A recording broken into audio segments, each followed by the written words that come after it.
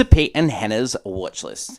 I'm your host, Pete Mitchell, and we're here today for We Interrupt Regular Programming, our TV podcast. On today's show, we are going to review the series finale of Curb Your Enthusiasm. We're also going to look at the season finales of The New Look, which is on Apple TV Plus, and The Regime. But before we begin, I'm going to tell the listeners and the viewers what you should do. Like, follow, subscribe to all our channels, hit the notification button, and you'll get great content like this one. Don't forget to leave a comment and of your favourite shows, any shows that we should review. Great week on the channel. This week we got What's Next, the show where we help you figure out what to watch next. And we're looking at Monkey Man and The First Omen, and I'm going to give you some insights into the French Film Festival that I attended in Sydney. Also, movie news, as usual, clickbait news headlines. Hannah will preview next week's new releases, which should be fantastic. We've got challenges coming out next week.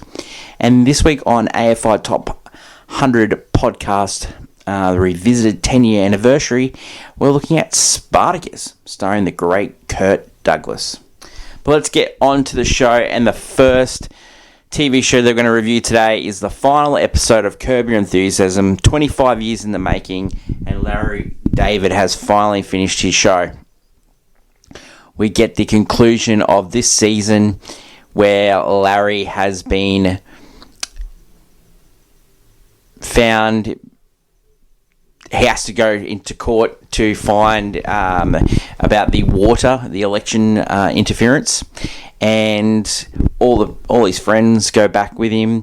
Leon's watching Seinfeld for the first time.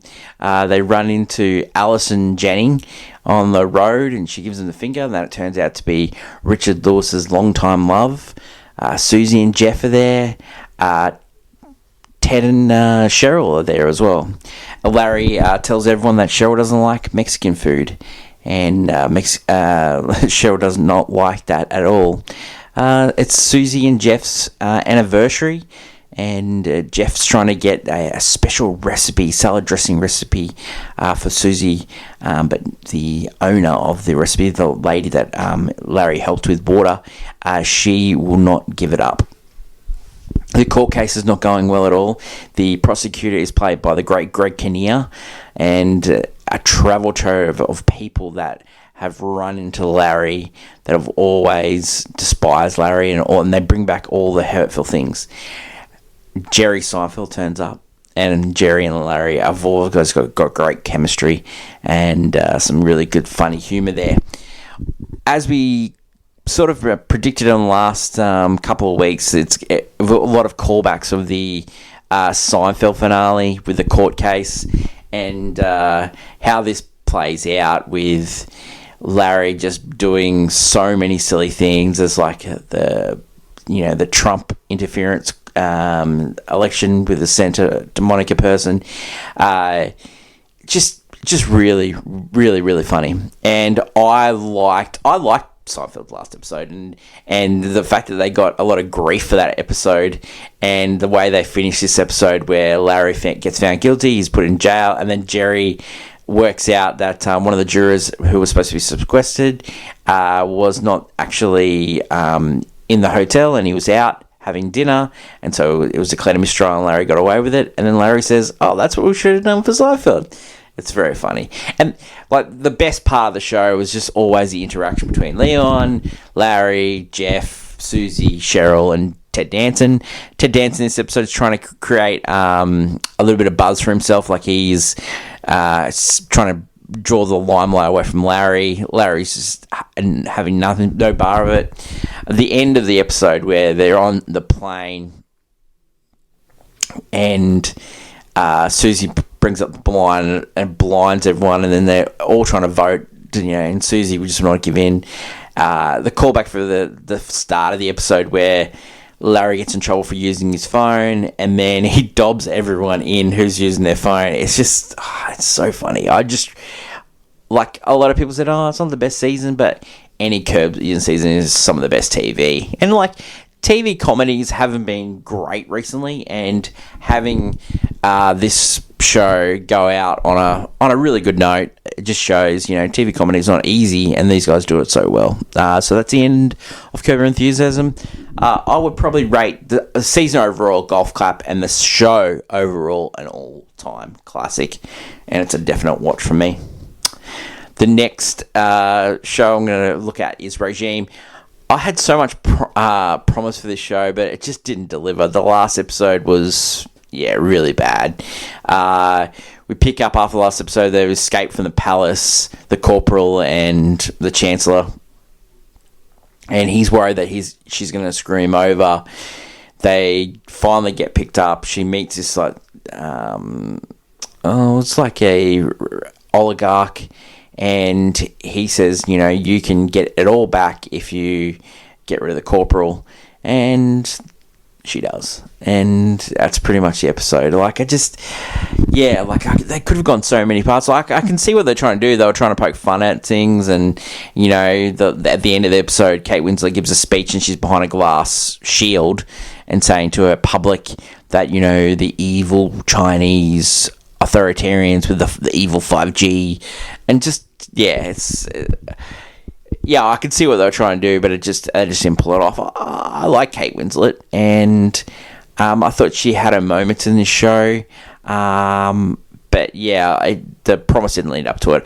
I would say give this show a miss, and the rating for this one is I played it on my phone. And the last show that we're going to review today is The New Look, and look, this show was really slow, but the last episode just brought everything together. It had some really heartwarming moments. Where the last episode picks up, you get Christian trying to put his show together in 1947.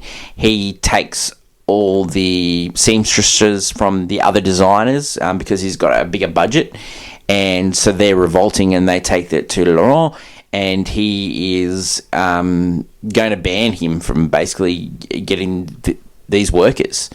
But then he ends up doing a deal after talking to the Harper's Bazaar editor, Caramel Snow, which is played by the great Glenn Close. And so he pays seamstresses to work for other creators, and so he gets some of his seamstresses back.